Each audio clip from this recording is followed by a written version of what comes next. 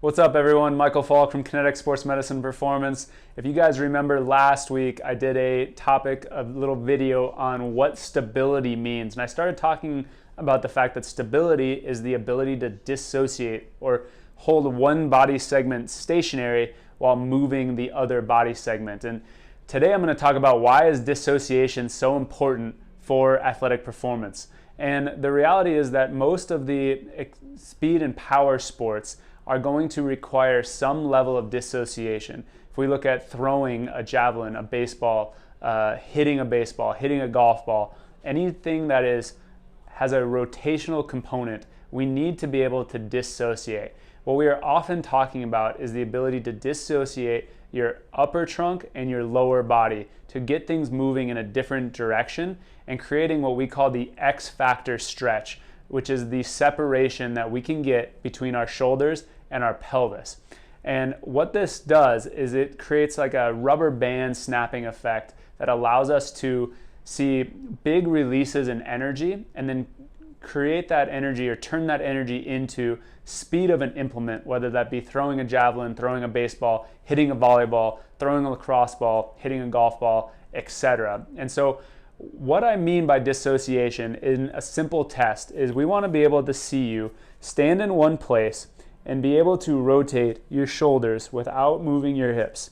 Additionally, we want to see you be able to stand in one place and move your hips without rotating your shoulders.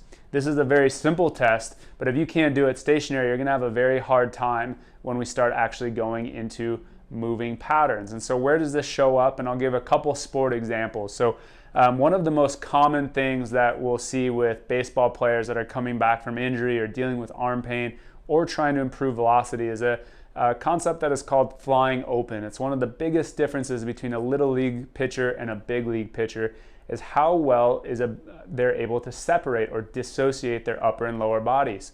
And so what we'll see with little league pitchers as they start going down the mound, we see them open up both their hips and their shoulders at the same time, and they create no kind of stretch or tension through their trunk, and they don't very efficiently transfer energy from the ground, from their hips, up into their arm and the baseball. And this results in both increased elbow stress and lost ball velocity.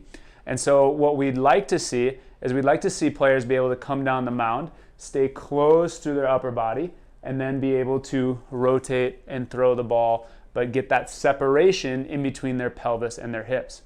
With golf as another example, and if any of you guys follow us, you know it's one of my passions, we're going to see the upper body drive the backswing, where we want to be able to see them be able to rotate without having to just overly rotate through their pelvis. So if we look at them in this direction, we want to see them be able to turn their shoulders without just rotating their hips all the way. And then as they start to transition down from the top of that backswing, we want to see them be able to get their pelvis moving forward while they stay closed through the upper body. And so what gives you that ability to create this dissociation?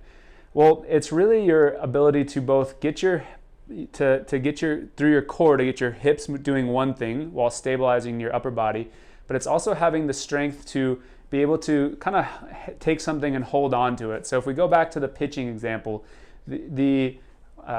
what stops the body from flying open is going to be two things. One is often this front hand reach, where you'll see baseball players reach their glove side.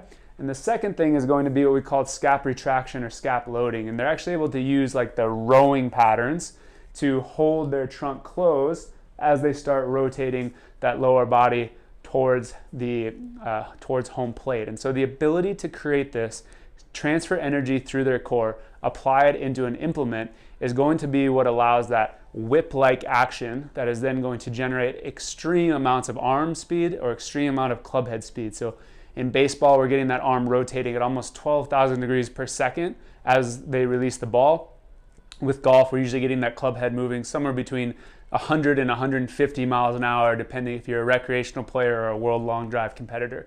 And the only way we can generate that extreme speed is by improving our efficiency and improving our ability for our body to dissociate is going to be one of the best ways to improve our efficiency, which will help your performance and reduce your risk of injury.